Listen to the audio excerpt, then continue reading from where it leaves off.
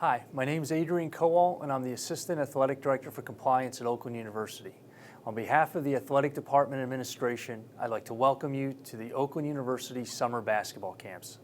As part of the basketball camp experience, the NCAA requires that an educational session be presented discussing the topics of initial eligibility, gambling, sports agents, and drug use. The first topic we'll be discussing is initial academic eligibility. For those students who will be entering a Division I institution before August 1, 2016, there are 5 requirements you must meet in order to be eligible your first year. First, you must graduate from high school and you must graduate within 8 semesters from the initial enrollment date of your 9th grade class. Second, you must complete 16 core courses within those 8 semesters, and those 16 courses must consist of 4 years of English, 3 years of math at an Algebra 1 level or higher, 2 years of a natural or physical science, and one of those years must be a lab, 1 year of additional English, math, or science, 2 years of social science, and 4 years of additional core courses such as a foreign language, psychology, or sociology. Third, you must earn a minimum 2.0 GPA in those 16 core courses. Fourth, you must earn a combined ACT/SAT sum score that matches your core course GPA on the eligibility scale. For example, if you have a 2.75 GPA, you must earn at least a 59 ACT sum score or a 720 SAT sum score in order to meet the sliding scale requirements. It's important to know that only the math, English, reading, and science portions of the ACT will be considered by the NCAA, and only the math and English sections of the SAT will be considered. The writing portions do not count. Fifth, you need to be certified as an amateur athlete by the Eligibility Center. When you register with the Eligibility Center, you will be asked questions related to your amateurism, specifically whether you've ever signed contracts with professional teams, whether you've been paid by professional teams, whether you've ever received expenses from an individual or other organization, all athletics events you participated in, and whether you've had any contact with advisors or agents. To register with the Eligibility Center, go to the Eligibility Center link and click on New Account or the cell phone. You will need to provide a valid email address. Please make sure to use the one that will be active once you graduate from high school, as this is the way the NCAA Eligibility Center will communicate with you. Next, you will need to create your account by providing your personal information, such as your name, date of birth, and address, as well as all high schools you have attended and their addresses. The sports you are interested in playing in college will also need to be provided. Lastly, you will need to pay the registration fee, which is $75 for domestic students and $130 for international students. If you meet all these requirements, you will be a qualifier, which will allow you to compete, practice, and receive athletic aid your first year. If you do not meet all the requirements, you will be a non-qualifier and will not be able to compete, practice, or receive athletic aid. You will not be able to even attend practices just to watch. Your entire focus that first year will be on your academics. For those students who will be entering a Division I institution after August 1, 2016, there are different requirements that you will need to meet. There are 3 certifications you can possibly receive. First is a full qualifier. If you meet this standard, you will be eligible for competition, athletic aid, and practice your first year. Second is an academic redshirt. If you are certified as an academic redshirt, you will be able to receive athletic aid your first year and practice your first regular term. The last certification is a non-qualifier. Just like the current language, if you are a non-qualifier, you will not be eligible for athletics aid, practice, or competition in your first year. To be certified as a full qualifier, you need to complete 16 core courses with the same distribution as is currently required. However, you must complete at least 10 of those courses prior to your senior year in high school, i.e. before your 7th semester. Of those 10 courses, 7 must be in either English, math, or science. You will also need to obtain a minimum 2.3 GPA in the 16 core courses, which is an increase from the current requirement of a 2.0. Additionally, the GPA you earn in the 10 required courses prior to your senior year will be locked in and cannot be substituted for courses taken in your senior year. Third, you will need to meet the requirements of the new initial eligibility sliding scale, which has increased the GPA and test score requirements. Fourth, you will need to graduate from high school. And last, you will need to be certified by the NCAA in regards to your amateurism. To be certified as an academic redshirt, you must complete the 16 core courses, have a minimum GPA of 2.0, meet the new sliding scale requirements, graduate from high school, and be certified for amateurism.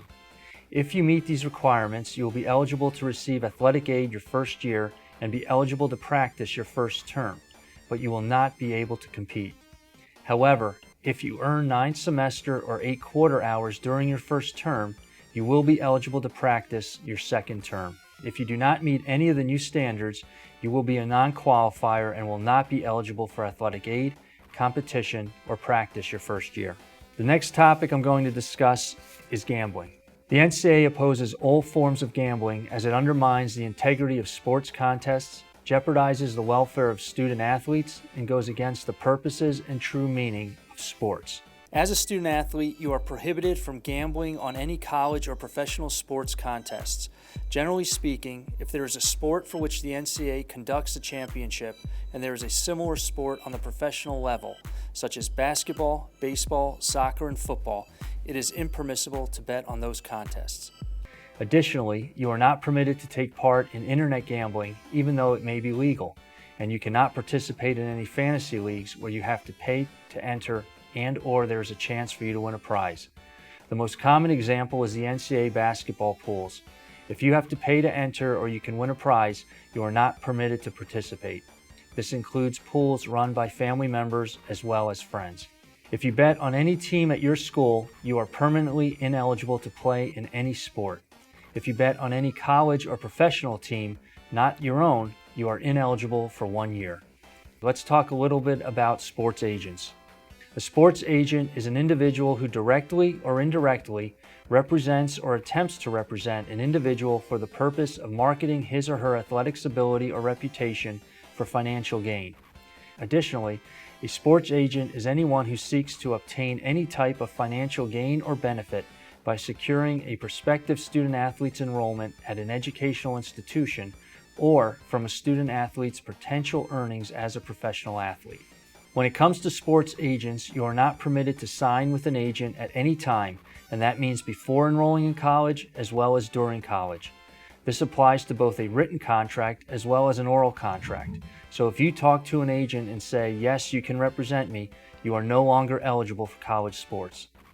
It's also important to remember that this applies to both the present and the future. So if you talk to an agent today and say, yes, you can represent me when I graduate from college in 4 years, you will have lost all eligibility to play intercollegiate sports from that moment on. Please remember that you cannot accept any gifts from a sports agent or any individual associated with the agent or his company. This applies to your family members and friends as well. If your family member or friend receives anything from an agent or individual associated with an agent, your eligibility will be impacted. The last topic to be covered is drug and alcohol use. There are high risks with alcohol use. The legal age to drink in the state of Michigan is 21. However, if you have any alcohol in your system, you can be arrested for being a minor in possession. Michigan has one of the toughest MIP laws in the country, with a blood alcohol content level of 0.02 and potential jail time for a second offense. This means that if you go to Canada, where the legal drinking age is 18, drink alcohol, and then come back into the U.S., if you are stopped by a police officer, you can be arrested for minor in possession. While the legal age to drink alcohol is 21, there is no legal age to do drugs. When it comes to drugs, the NCAA closely monitors student athletes by conducting random drug tests on a 365-day basis, including during the summer. If a student athlete tests positive for a banned drug other than a street drug, which are marijuana, THC, or heroin, they will be ineligible for 365 days and will lose a year of eligibility. If a student athlete tests positive for a street drug, they will be withheld from competition for 50% of a season in all sports. If they test positive a second time for a non-street drug, they will be permanently ineligible. Please remember that if you fail to show up for a drug test, It is considered to be a positive test result.